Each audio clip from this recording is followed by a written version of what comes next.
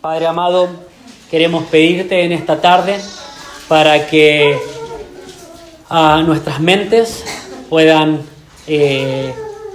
estar atentas, para que podamos, al abrir tu palabra, meditar en ella, en un mundo el cual estamos acelerados, en un mundo en el cual nuestra mente se va a lo que tenemos que hacer el día de hoy o tal vez en la semana.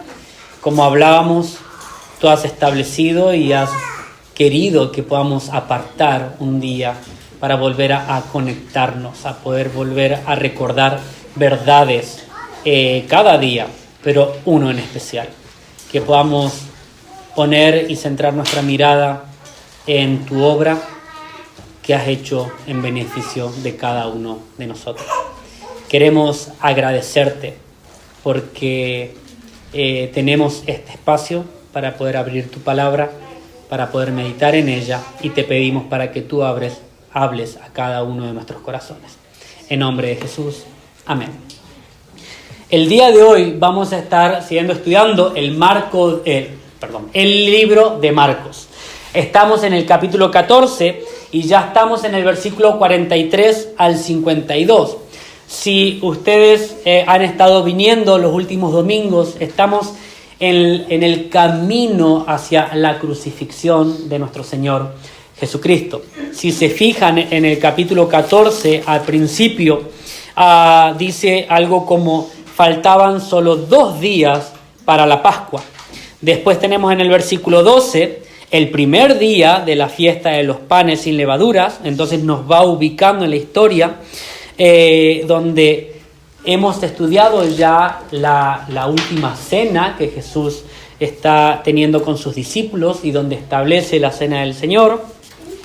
Y después de eso son llevados a un lugar llamado Getsemaní, al Monte de los Olivos, donde Él va, se aparta a orar. Y en esa noche estamos ubicados el día de hoy. Los estudiosos están ubicando este acontecimiento en el jueves por la noche. Es decir, este acontecimiento que vamos a leer hoy sería por la madrugada, sería jueves por la noche, viernes por la madrugada, donde Jesús va a ser arrestado. Diciendo esto, y para que más o menos tengamos una ilustración o algo en mente, vamos a leer el versículo 43. Anteriormente, Eric, el domingo pasado, estaba predicando sobre este acontecimiento, sobre esta noche, donde Jesús salía a orar, los discípulos no se mantenían despiertos, y terminado este acontecimiento va a suceder esto a continuación. Lo voy a poner en pantalla también. Voy a leer Marcos capítulo 14, versículo 43, en la nueva versión internacional. Dice: todavía estaba hablando Jesús cuando de repente llegó Judas, uno de los 12. Lo acompañaban una turba armada con espadas y palos, enviada por los jefes de los sacerdotes, los maestros de la ley y los ancianos. El traidor les había dado esta contraseña: al que yo le dé un beso, ese es. Arréstenlo y llévenselo bien asegurado. Tan pronto como llegó, Judas se acercó a Jesús. Rabí, le dijo, y lo besó. Entonces los hombres prendieron a Jesús, pero uno de los que estaban ahí desenfundó la espada e hirió al siervo del sumo sacerdote, cortándole una oreja.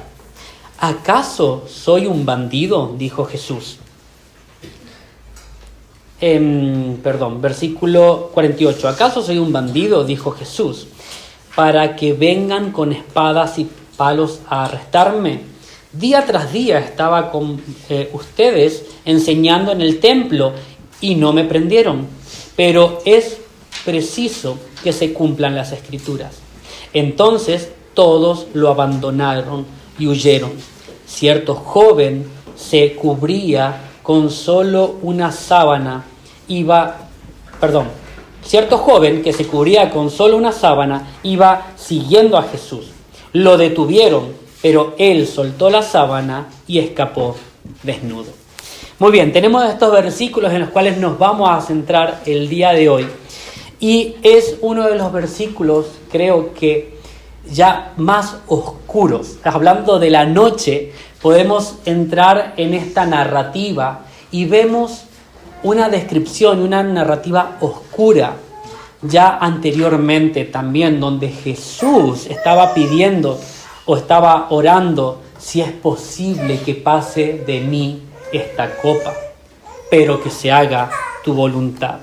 Entonces, viendo esta narrativa triste y oscura de nuestro Señor Jesucristo, vamos a ver la primera parte, que es el versículo 43 al 45, donde tenemos el personaje, Judas, donde este Judas era aún contado uno, o llamado como uno de los 12. Es decir, uno el cual estaba y había pasado tiempo con Jesús, escuchado sus enseñanzas, visto las señales y milagros que Jesús había hecho, llegó a traicionarle. ¿Qué había en su corazón? ¿Qué había en su mente en esos momentos?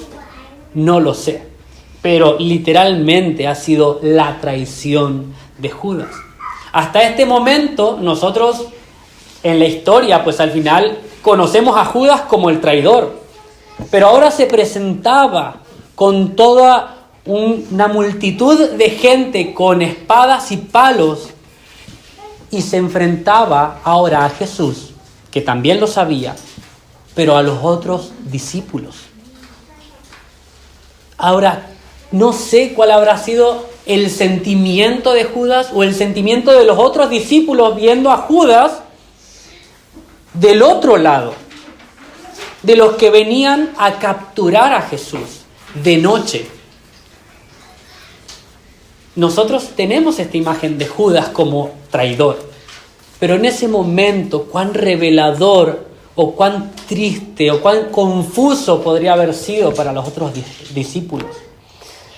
Ese corazón de Judas revelado que traicionó a Jesús por un puñado de monedas. Estaba esta multitud con palos y espadas y estaba con toda esta multitud que eran enviados de los jefes, de los sacerdotes, de los maestros de la ley y los líderes religiosos. Aquí si han estado con nosotros, hemos visto cómo continuamente chocaban todo el sistema, continuamente el sistema religioso de la época con las enseñanzas de Jesús. Y estos buscaban capturar a Jesús, pero no lo hacían de día. ¿Por qué? Una de las explicaciones que tenemos en los versículos anteriores es que tenían miedo de capturarlo en el templo por si había personas que se levantaban en revuelta contra todos ellos. Entonces la manera que han encontrado con Judas es la traición y es poder venderlo o entregarlo por la noche. A Jesús esto no se le escapaba. Es más, versículos anteriores le dijo: ve a hacer lo que vas a hacer. Lo que esto me lleva a esta imagen es que cuando Judas se acerca y da esta señal, esta contraseña, es decir, al que yo bese, este es Jesús. ¿Por qué tendría que haber esta aclaración? Porque habrá sido de noche, porque tal vez era parecido a otros, porque tal vez, no sé, quería estar seguro de hacer ese trabajo de entregar a Jesús. La cuestión que creo que ha elegido la peor contraseña para que quede en la narrativa, para que quede descrito más de 2000 años después. Un beso el cual era una señal de afecto, de cariño, de amor, de cercanía. Por eso hoy en día tenemos la imagen de un beso. El beso de Judas es algo hipócrita, algo que no es real, alguien traicionero. Esta imagen que viene a mi mente, que es el beso, ahora que era un símbolo de respeto y afecto, se convierte en un instrumento de traición en esa noche. Y que ha quedado grabado a través de la historia. Es muy triste ver a un discípulo como Judas, que al caminar al lado de Jesús y escuchar sus enseñanzas, haga algo como esto. Dice en Juan 13:18, donde Jesús está hablando y dice: no me refiero a ustedes, yo sé a quién he escogido. Le está hablando Jesús a los discípulos. Y Judas era un escogido de Jesús. Pero esto es para que se cumpla la Escritura. El que comparte el pan conmigo se ha vuelto contra mí. Esto lo veíamos algunos domingos atrás, mientras celebraban la cena del Señor y partía el pan. Y Jesús le decía: uno de vosotros me traicionará. Como decía, esto no escapaba de los planes de nuestro Señor Jesucristo. Ahora, algo que me habla en esta escena es que no todo aquel que camina o dice que camina con Jesús es realmente un seguidor de Jesús. Judas pasaba por desapercibido ante sus compañeros, sus colegas. Hoy en día podemos ver en el mundo que hay personas que dicen que son seguidores de Jesús o que dicen que creen en Dios. Pero nada más darse la vuelta o salir de una iglesia hace contrario a todo lo que Dios manda a su palabra. Entonces Judas es una representación también de muchas personas hoy en día que tienen a Jesús en su boca o que aparentaban seguir a Jesús, mientras que internamente han negado directamente a Jesús. Otra cosa que puedo ver es que se puede caminar con Jesús y no amar a Jesús. A mí me es impresionante pensar que todos aquellos que vieron los milagros de Jesús o escucharon sus enseñanzas no han creído. Era Dios mismo. ¿Cómo había personas que no creían en Él? Los sacerdotes, los jefes de los sacerdotes, los maestros de la ley. Son maestros de la ley, conocen las Escrituras. ¿Cómo no van a reconocer al Hijo de Dios? Y otra cosa es que la religión sin conversión puede ser muy peligrosa. Este sistema religioso que había, hoy en día también puede parecerse algo muy llamativo. El decir: voy a una iglesia porque me encanta cómo se canta, me encanta alabar, cantar canciones sanas. O me gusta la comunidad que hay, el buen ambiente. Veo cómo se ayudan unos a otros. Me gusta el sistema, pero puedo estar desvinculado de lo que realmente Dios pide de mí. Para ver otro personaje más, vamos a continuar. Y esta vez en el versículo 46 al 47, donde aparece este discípulo, el cual dice: entonces los hombres atraparon a Jesús, prendieron a Jesús, pero uno de los que estaban ahí desenfundó la espada e hirió al siervo del sumo sacerdote, cortándole una oreja. Sabemos que este discípulo, por el relato de Juan, sabemos que es Pedro.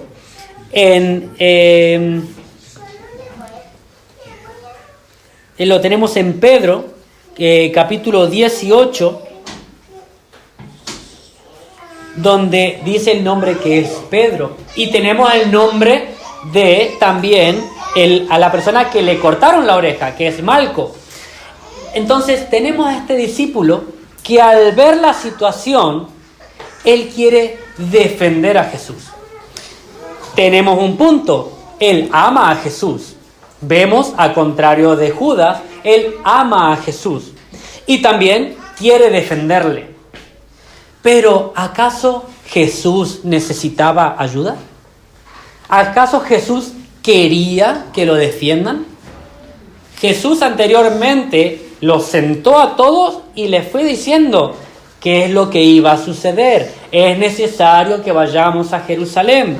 Dice en Marcos 10, del 33 al 34, ahora vamos subiendo a Jerusalén, y el Hijo del Hombre será entregado a los jefes de los sacerdotes y a los maestros de la ley. Ellos condenarán a muerte y lo entregarán a los gentiles. Se burlarán de él, le escupirán, lo azotarán y lo matarán, pero al tercer día resucitará. Ellos sabían, es más, en la cena del Señor, en la cena que el Señor está haciendo ahí y estableciendo, les dice a Judas, ve a hacer, o va a estar diciendo, uno de vosotros me entregará, me traicionará. Entonces los acontecimientos están pasando, pero este discípulo quiere defender, tiene un buen corazón, tiene una buena intención, pero ¿acaso era lo que el Señor quería? Pues no entiende el camino del reino, no entiende cuál era el propósito en ese momento de lo que Jesús quería. Venimos anteriormente viendo cómo Jesús en su oración ante el Padre está pidiendo, Señor, si es posible que pase de mí esta copa. Él sabía lo que venía, él le comunicó a los demás discípulos lo que venía. Pero, Señor, que se haga tu voluntad. Y eso era la voluntad de Dios, que su Hijo sea traicionado, que su Hijo sea entregado. Y Él voluntariamente está ahí dando su vida. Jesús no necesita una defensa violenta. En la otra narrativa, como Juan, también les dice y le reprende a decir, guarda esa espada. Y le explica el por qué. Pero también vemos algo interesante en Juan 18, 6. Aquí hay un detalle que solamente en este evangelio marca. Cuando viene toda la multitud a por Jesús, Jesús dice, ¿a quién buscan? Y la multitud dice, a Jesús de Nazaret. Y dice el versículo, Juan 18, 6, dice, cuando Jesús dijo, yo soy, dieron un paso atrás y se derrumbaron. ¿Acaso Jesús necesitaba que lo defendieran? ¿Acaso no podía hacer un milagro más o huir como luego los discípulos van a hacer? Claro que él podía hacerlo. Él podía defenderse, él podía huir, él podía ya de antemano saber que si lo venían a buscar, irse para otro lado. Pero el propósito de él era estar en ese momento, ser traicionado, ser identificado y entregarse. Lo que me hace destacar en esta tarde que Pedro, aunque él haya tenido la mejor de las intenciones, no estaba entendiendo o captando la idea de lo que Jesús le estaba comunicando, de que él iba a ser entregado, de que él se entregaría, Jesús mismo. Lo que veo también es que algo muy sencillo, que el reino de Dios no avanza por fuerza humana. Esto lo podemos ver a lo largo de la Escritura. No avanza o no es para hacer lo que nosotros querramos. Dios no es nuestro amuleto. No utilizamos el nombre de Dios para hacer algo que nosotros queremos. Pedro hizo lo que hizo porque quiso. Entonces, él tenía esa buena intención.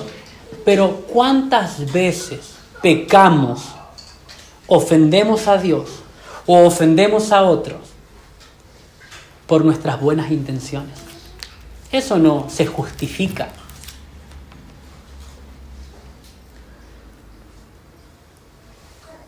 Dice en el versículo, en otros relatos donde Jesús sana esa oreja y hace una señal más, un milagro más. Y aún así, como, venga, pasó esto, continuamos con el arresto. ¿Cómo ver un milagro, ver una oreja en el suelo? La otra persona con la oreja restaurada. Y aún así, todos cegados en capturar a Jesús. Hay un rechazo directo de esta multitud hacia Jesús.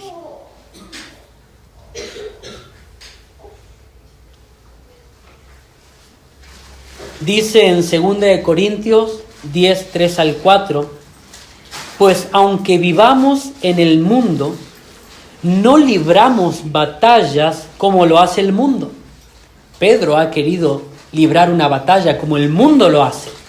Si yo saco un palo, el otro saca un palo más grande. Si el otro saca un palo más grande, yo saco una espada. Yo saco una espada más grande. Y así es como se maneja el mundo. Lo vemos hoy en día con la guerra de poder. Es así. El más poderoso es el que avanza lo que quiere.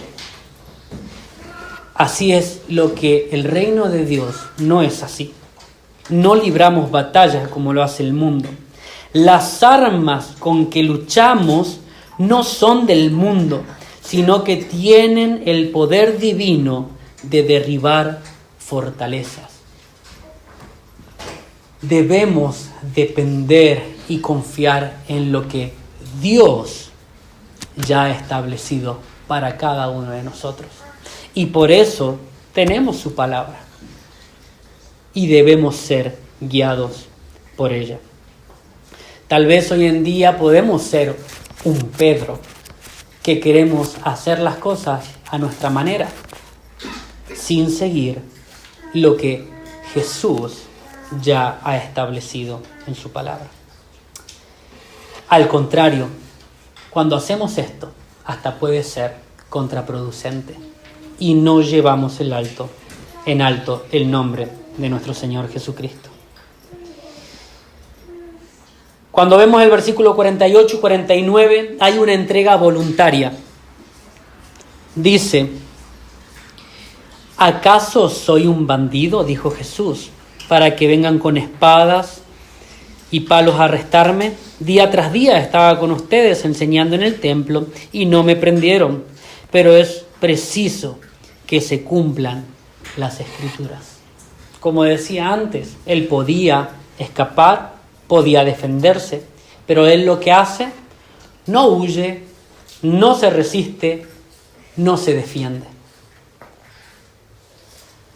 Al contrario, como Eric enseñó el domingo pasado, elige someterse y obedecer la voluntad del Padre. Es lo que el Padre ya había establecido y es lo que Él se está sometiendo a hacer. Dar su vida.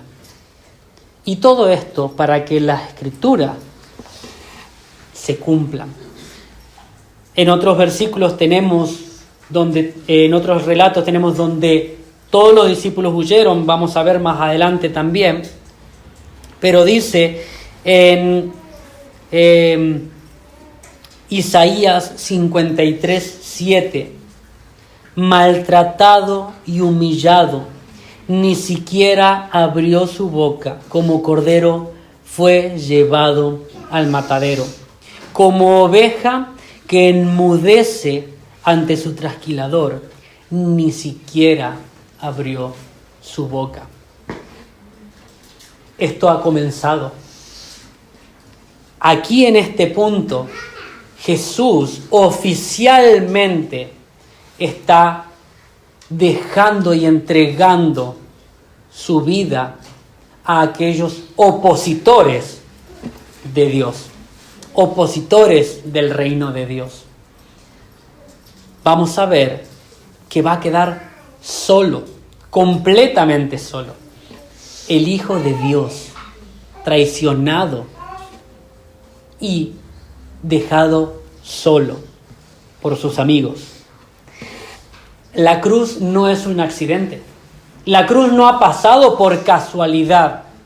La cruz y esta traición no ha pasado simplemente porque fue coincidencia, sino que era preciso que se cumplan las Escrituras en esto.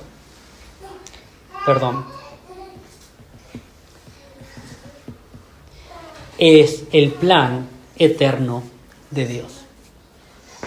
Y algo que Jesús tenía claro era que iba a ser obediente hasta la muerte y muerte de cruz.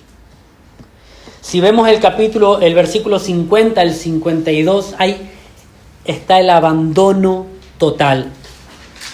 Dice, entonces todos los abandonaron. Cuando dice todos, es todos los que estaban con él. Y huyeron. Y hay un versículo interesante que es el 51. Cierto joven que se cubría con solo una sábana iba siguiendo a Jesús. Lo detuvieron, pero él soltó la sábana y escapó desnudo. Según la tradición, este joven probablemente era Marcos, el mismo escritor de este evangelio. Imagínense ver que todos los discípulos habían desaparecido. Este joven que está intentando seguir escondido de la multitud para ver qué pasaba, lo descubren y suelta esa sábana y tiene que escapar desnudo, en vergüenza. Pero lo que me llama aquí la atención es ver la escena de nuestro Señor Jesucristo solo. El Rey del mundo, el Dios, el Creador, por quien todas las cosas fueron creadas por medio de Él y para Él. Encontrándose ya no ahora en un pesebre como un humilde bebé, ahí tenía amor, tenía afecto. Se encuentra solo ante toda una multitud con palos, espadas, me imagino que antorchas, me imagino muchas cosas, pero ninguna de ellas son buenas para pronosticar lo que le vendría a Jesús. Me imagino que seguramente desde ese momento ya empezaban los golpes, el maltrato, la humillación. Y sus discípulos lo abandonaron. Pero aunque todos lo abandonaron, Él permanece fiel cuando todos fallan. Las Escrituras se tenían que cumplir. Nadie, pero nadie en el mundo iba a poder hacer lo que Cristo estaba llamado a hacer. Todos fallamos. Él no falla. Dice en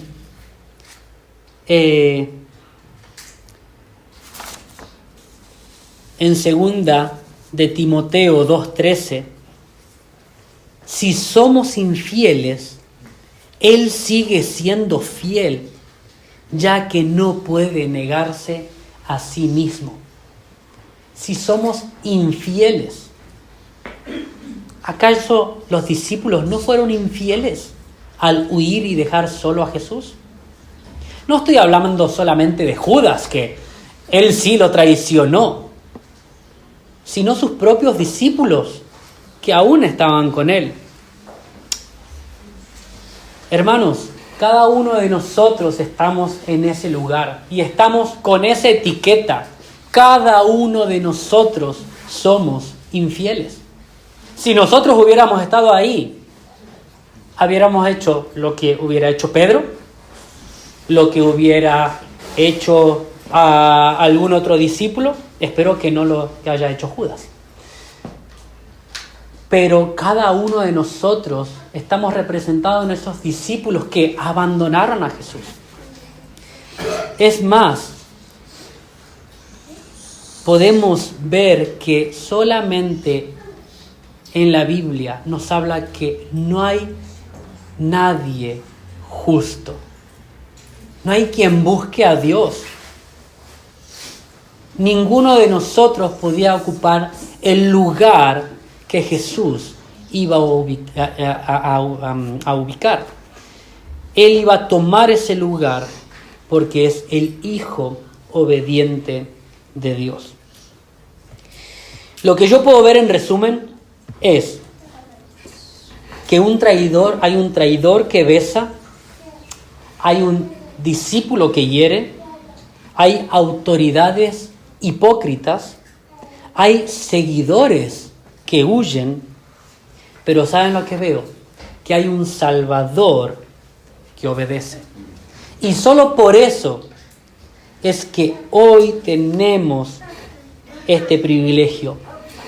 Todos fallan, todos fallamos, pero uno solo permanece fiel.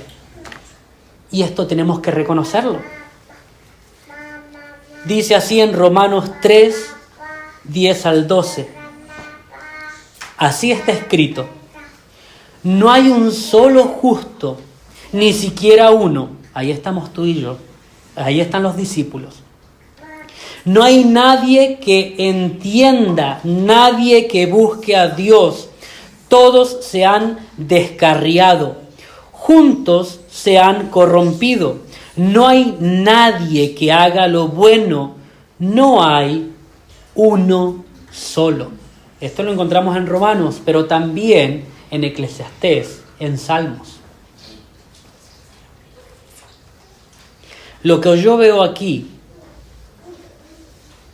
es que Dios de antemano estableció este plan entregando a su Hijo para que Él pueda cumplir algo que ninguno en la faz de la tierra en todas las épocas pudo haber cumplido. Y era someterse completamente a la voluntad del Padre. En resumen, Jesús el justo se entrega voluntariamente por los injustos. Pero hay algo más. Cristo va solo a la cruz para que tú y yo tengamos acceso a Dios. Si un discípulo iba a la cruz, no iba a ser más que una persona que tenía una buena intención, una buena disposición, un buen gesto para salvar tal vez a alguien o al mismo Jesús. En otros relatos tenemos que en Juan dice, Jesús está diciendo, me quieren a mí, dejen ir a mis discípulos. Tenemos la mejor definición de amor dada por Jesús, anteriormente dada a sus discípulos. No hay mayor muestra de amor que alguien dé su vida por sus amigos. Jesús lo está demostrando en ese momento, que Él iba a dar su vida por sus amigos. por todo el mundo, por todos aquellos que le sigan. Pero Cristo ha tenido que pasar este camino solo, humillándose completamente. Dice en Romanos, voy a poner primeramente, no, está bien, voy a dejar el resumen. Dice en Romanos 5, 6 al 8, a la verdad, como éramos incapaces de salvarnos, en el tiempo señalado, Cristo murió por los impíos. En el tiempo señalado, Cristo murió por los impíos. Es decir, aquellos que no buscan a Dios. ¿Quiénes buscan a Dios? Según el versículo que habíamos leído antes, nadie busca a Dios. Éramos incapaces de salvarnos a nosotros mismos. Y mientras antes entendamos esto, antes vamos a ir corriendo a los pies de Jesús, confiando en lo que Él ha hecho por nosotros. Cristo murió por los impíos, murió por los discípulos que huyeron esa noche, murió por aquellos que hoy en día se rinden a sus pies, reconociendo lo que Él ha hecho, el pago que Él hizo, que nosotros no podíamos hacer. Dice el versículo 7 de Romanos 5, difícilmente habrá quien muera por un justo, aunque tal vez haya quien se atreva a morir por una persona buena. Yo como padre me voy a poner en una situación donde en un hipotético caso pueda salvar la vida de uno de mis hijos. Puedo decir, yo estoy dispuesto a dar mi vida por uno de mis hijos. Vemos en los hospitales madres que están dispuestas a dar su vida antes que a ese hijo que está por nacer. Vemos gestos buenos, vemos bondad, pero ¿qué dice? Versículo 8, pero Dios demuestra su amor por nosotros en esto, en que cuando todavía éramos pecadores, piensa en Jesús. ¿Qué estará pensando de sus discípulos que han huido? Que lo están dejando de lado. Dios muestra su amor para con nosotros en esto, en que cuando todavía éramos pecadores, Cristo murió por nosotros. Esto no significa y nos da vía libre para ser grandes pecadores. Dios muestra este amor para que podamos andar según lo que Él quiere para nosotros. Quiero que recordemos como iglesia estos dos puntos. El primer punto es cuando nuestra fidelidad se rompe, porque no somos fieles día a día. Somos pecadores. Somos llamados a la santificación, a ser cada vez más santos y mejorar y hacer y obedecer lo que Dios quiere. Pero seamos realistas, fallamos. Cuando nuestra fidelidad se rompe, la fidelidad de Cristo permanece intacta. Una sola vez y para siempre. Lo que Cristo ha hecho en la cruz ha redimido nuestras vidas y somos llamados a la santidad. Y si obedecemos y buscamos la fidelidad a Dios, es en respuesta a lo que Cristo ya ha hecho. No porque crea que yo voy a ganarme la salvación. No. Dice en Romanos, éramos incapaces de salvarnos. Somos incapaces de salvarnos nosotros mismos.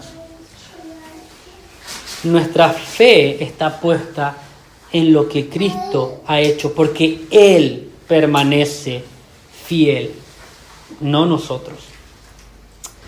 Y lo otro que me gustaría que recordemos como iglesia es que Él es el mayor ejemplo de amor sacrificial. Lo empezamos a ver, lo vemos continuamente en toda su vida, en todo su andar. Pero aquí Él está poniendo su vida por sus amigos. Él está dejando ir a los discípulos. En Juan tenemos el relato. Me buscan a mí, dejen ir a mis seguidores, a mis discípulos. Les voy a leer un fragmento de un artículo que encontré que dice así: para los cristianos, la expresión de este amor más grande no se limita a entregar literalmente nuestras vidas. No tenemos que esperar un grandioso momento de sacrificio para amar a los demás como Jesús nos ama. Nuestra vida cotidiana debería caracterizarse por el desinterés y una negación de nosotros mismos por el bien de los demás. Tales muestras de amor deberían ser habituales en el cuerpo de Cristo. Estamos llamados a seguir a Cristo, lo que incluye mostrar amor del modo que Él demostró. ¿Y sabes lo que dice en Juan 13:35? De este modo todos sabrán que son mis discípulos, si se aman los unos a los otros. Como iglesia, lo que estamos representando, lo que estamos mirando a la cruz de Cristo y lo que Él ha hecho en favor nuestro, en ese amor tan grande que ha entregado su vida voluntariamente, es negarnos a nosotros mismos y amarnos unos a otros como Cristo nos amó primero a nosotros. Y así los demás sabrán que somos verdaderos discípulos de Cristo. No sé qué habrá pensado la multitud en ese momento, diciendo: dejaron a Cristo solo. ¿Dónde están los que estaban con Él? Lo vamos a ver en los siguientes capítulos. ¿Dónde están los que estaban con Jesús? Y va a ser una prueba muy difícil para sus discípulos. La manera de demostrar que somos verdaderamente sus discípulos es que nos amemos unos a otros. Recordemos esto en esta tarde, porque Él nos amó primero. Oramos. Padre amado, queremos confesarte en esta tarde que muchas veces ponemos nuestra mirada en lo que a nosotros nos conviene, lo que nosotros queremos, buscamos nuestro propio bien, hacemos lo que nosotros queremos y no lo que tú nos mandas. Confesamos que muchas veces nuestra mirada no está puesta en ti, sino en nuestras fuerzas, en nuestras capacidades, en nuestros deseos, en nuestra voluntad. Somos egoístas. Somos personas que estamos dispuestos a dar o a pagar o a esforzarnos por algo que me va a beneficiar solamente a mí. Ayúdanos a poder dirigir nuevamente nuestra vista en esa cruz, la cual tendríamos que estar nosotros. Esa era nuestro fin. Eso era lo que nosotros deberíamos haber pagado. Nuestra humillación, nuestro dolor, nuestra muerte eterna. Pero Dios ha mostrado este amor tan grande que ha dado a su Hijo para morir por cada uno de nosotros. Gracias. Ayúdanos a mantener esta vista en ti y a recordarlo para que podamos amarnos los unos a los otros y poder ser llamados verdaderamente tus discípulos. En nombre de Jesús. Amén.